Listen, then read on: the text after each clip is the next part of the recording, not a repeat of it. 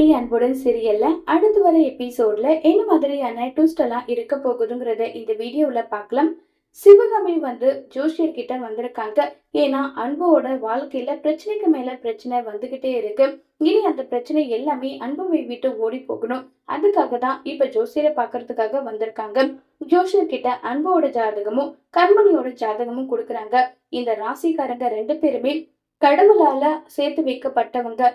என்ன பிரச்சனை எப்படி வந்தாலும் அவங்க எப்படினாலும் பிரச்சனை அவங்க ஒண்ணு சேர்ந்துட்டு தான் இருப்பாங்க. ஆனா இப்ப ஏகப்பட்ட பிரச்சனையாவும் இருக்கு. அவங்க பிரிஞ்சு இருக்கிறதுக்கான காரணமும் அந்த கடவுளா அமைச்சு கொடுத்திருக்கிறது தான். ஏன்னா உங்களுடைய பையனுக்கு இப்ப உயிருக்கு ஆபத்து இருக்குன்னு சொல்லிட்டு இருக்காங்க. இத கேட்டதும், சாமி என்ன சாமி சொல்றீங்க? ஆமா, உங்க பையனுக்கு பெரிய கண்டம் இருக்கு. அந்த கண்டத்துல இருந்து உங்க பையன் மீண்டு வரணும்னா அவங்க மனைவி விரதம் இருந்து சாமிக்கு விளக்கு ஏத்தட்டும். ரெண்டு பேருமே ஒரே மாதிரி விளக்கு ஏத்தணும்னு சொல்லிட்டு சொல்றாங்க. சாமி, அவங்க ரெண்டு பேருமே பிரிஞ்சு இருக்காங்க. இப்படிப்பட்ட நேரத்துல அவங்க எப்படி விளக்கு ஏத்துவாங்கன்றாங்க. இங்க பாருமா, இந்த ராசிக்காரங்க கண்டிப்பா புருஷன் மேல அவ்வளவு நம்பிக்கை வச்சிருப்பாங்க.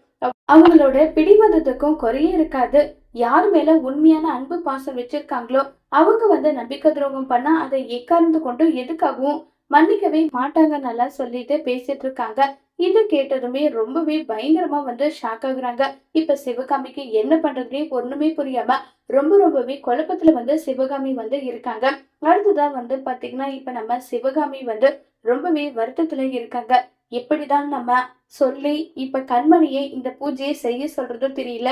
அன்போட உயிருக்கு ஆபத்துனா கண்டிப்பா கண்மணி இந்த பூஜை செய்வாளான்னு சொல்லிட்டு சிவகாமி யோசிச்சுட்டே இருக்காங்க. சாமி, இதுக்கு வேற எந்த ஒரு பரிகாரமும் இல்லையா? ஏன்னா என்னுடைய மருமக கோச்சிட்டு என்னுடைய பையனை பிரிஞ்சு இருக்கா. அவ பூஜைக்குன்னு சொன்னா கண்டிப்பா வருவாளான்னு தெரியாது. அவ வர மாட்டான்னு சொல்லிட்டு இருக்காங்க. வேணும்னா அதுக்கு பதிலா நான் பூஜை செய்யலாமான்னு சொல்லிட்டு கேக்குறாங்க. இல்லம்மா, கூடாது, நீங்கெல்லாம் செய்யக்கூடாது, நீங்க செய்யவே கூடாது. அவங்க மனைவி செஞ்சா மட்டும்தான் அதுக்கு ஆயுள் அதிகம். அதே மாதிரி அவங்க புருஷனோட உயிர் ஆபத்துன்னு தெரிஞ்சா எந்த பொண்ணுதான் செய்யாம இருப்பாங்க? கண்டிப்பா உன் மருமக செய்வா. கடவுளே கூட்டிட்டு விடுவாங்க. நீங்க போயிட்டு பூஜைக்கான ஏற்பாட பண்ணுங்கன்னு சொல்லிட்டு எல்லாம் அனுப்பிடுறாங்க. இப்ப நம்ம சிவகாமிக்கா ஒண்ணுமே புரியுறதில்ல. சிவகாமி ரொம்பவே குழப்பத்துல இருக்காங்க. என்ன ஆனாலும் சரி, என் பையனோட உயிருக்கு எந்த ஒரு ஆபத்தும் வரக்கூடாது. கண்மணியோட காலில் விழுந்து கூட்டிட்டு வந்தனா கூட இந்த பூஜையை நான் நடத்தி தீருவேன்னு சொல்லிட்டு முடிவு பண்றாங்க சிவகாமி. நேரா கண்மணியை மீட் பண்றதுக்காக போறாங்க. கண்மணி எப்படி இருக்குன்னு சொல்லிட்டு கேக்குறாங்க. உங்க பையனை விட்டுட்டு வந்திருக்கேன்ல, நானே நிம்மதியா சந்தோஷமா சுயமரியாதையோட வாழ்ந்துட்டு இருக்கேன்னு சொல்லிட்டு இருக்காங்க. கண்மணி, உன் கோபம் எல்லாமே எனக்கு புரியுது.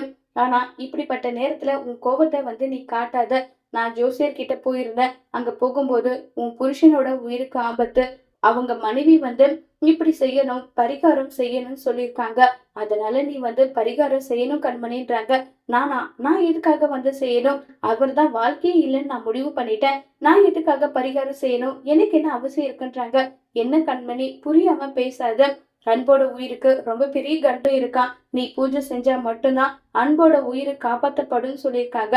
தயவு செஞ்சு உன் காலில் விழுந்து கேட்கிற கண்மணி, பிளீஸ் கண்மணி, வா கண்மணி சொல்லிட்டு ரொம்பவே ரிக்வெஸ்ட் பண்ணி கேக்குறாங்க. உடனே காவேரி ஏண்டி, உன் மாமியாரு உன் காலில் விழுந்து ஃபீல் பண்ணி உன் புருஷனோட உயிரை காப்பாத்தணும்னு சொல்லிட்டு கேக்குறாங்க.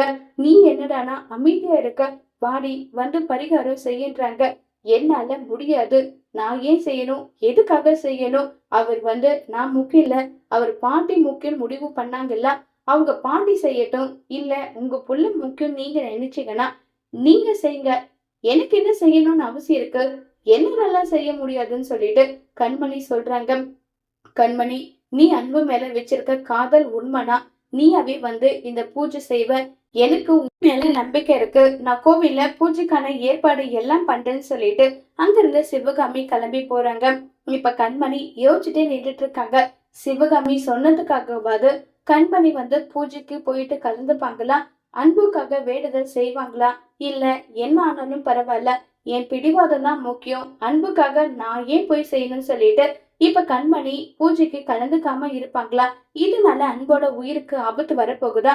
இதை எப்படி கண்மணி எதிர்கொள்ள போறாங்கிறத வரப்போற எபிசோட்ல வெயிட் பண்ணி பார்க்கலாம். தேங்க்யூ.